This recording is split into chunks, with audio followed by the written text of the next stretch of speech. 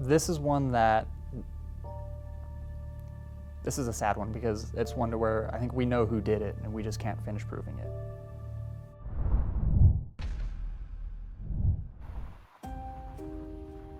Strathmore, located in eastern Tulare County, is a small town of less than 3,000 people.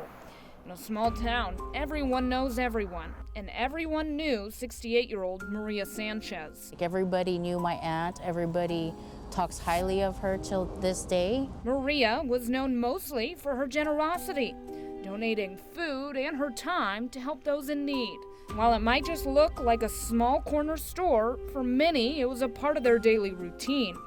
Whether it was a cup of joe, milk, or a quick snack, Maria did not turn customers away, at times giving out the items for free. As a loving person, very giving person. Maria had a big family, 6 children, more than a dozen grandchildren, and even some great-grandchildren. To Regina Avalos, Maria was more like a second mother. I say she's my aunt, but I was always either with her or my mom.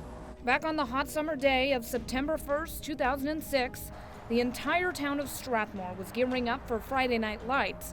Lindsay High School and Strathmore High School went head-to-head in a rival football game in town. So whoever did it knew that the community was going to be at that game. So I think they found the right opportunity. Streets empty, businesses closed.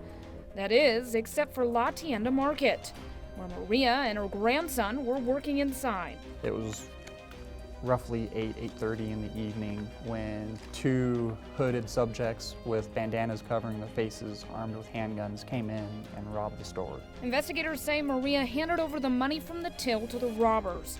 The grandson, unaware of the robbery, came out from the freezer, shocked by what was unfolding right before his eyes. The hooded men robbed the grandson, shot Maria, and then took off. It was horrible. It was just, how could somebody do that to a 68-year-old woman, especially for less than $100? I don't understand how something like that would happen. Fernando, who's in their home right next door, rushed to Maria's side, where the two waited for an ambulance. It was too late. She passed away. Investigators noticed the security camera, which they went to check. She would always put the camera on every night, and that day, for some reason, they didn't put the tape in. The sudden passing of Maria Sanchez struck the community hard, with hundreds coming together to lay her to rest. As the days and months passed, the fear mounting, with killers still out on the loose, especially for the family wanting justice and safety at work. Just knowing that those people probably were still going in the market, that's the fear they had, because just knowing who's going to be the next person, like, is this person going to rob us? Is this person going to come back and do something? Like, there's no, like, you don't have that sense of, like, being safe.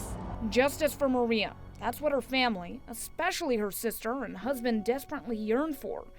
But over the years, the pain became too much.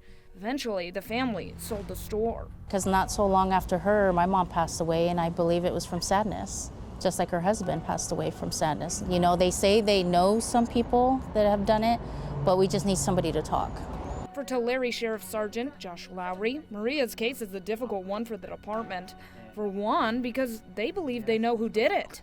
It's hard and it's frustrating because it's to the point where we just need one person that we know was lying to us.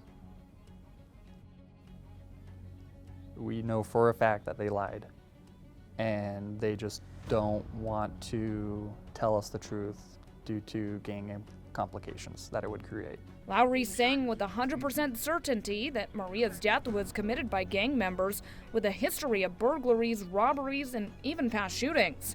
Investigators say after the crime, the suspects told others that they committed the act. Yeah, it was just an active gang member who decided to go out and terrorize the community, and they picked this business to terrorize that night. So if investigators know who did it, why aren't they behind bars? Lowry says due to current laws, there are legal hoops that they must jump through. But all they need is one person to come forward, and arrests will be made. If the two that robbed Maria with her grandchildren there. What's your message if they're watching this right now? It's only going to be a matter of time. It's the same thing that I would say to most of the suspects. Yes, it's been 15, 20 years, but it's only a matter of time till we find that one piece of evidence that we need.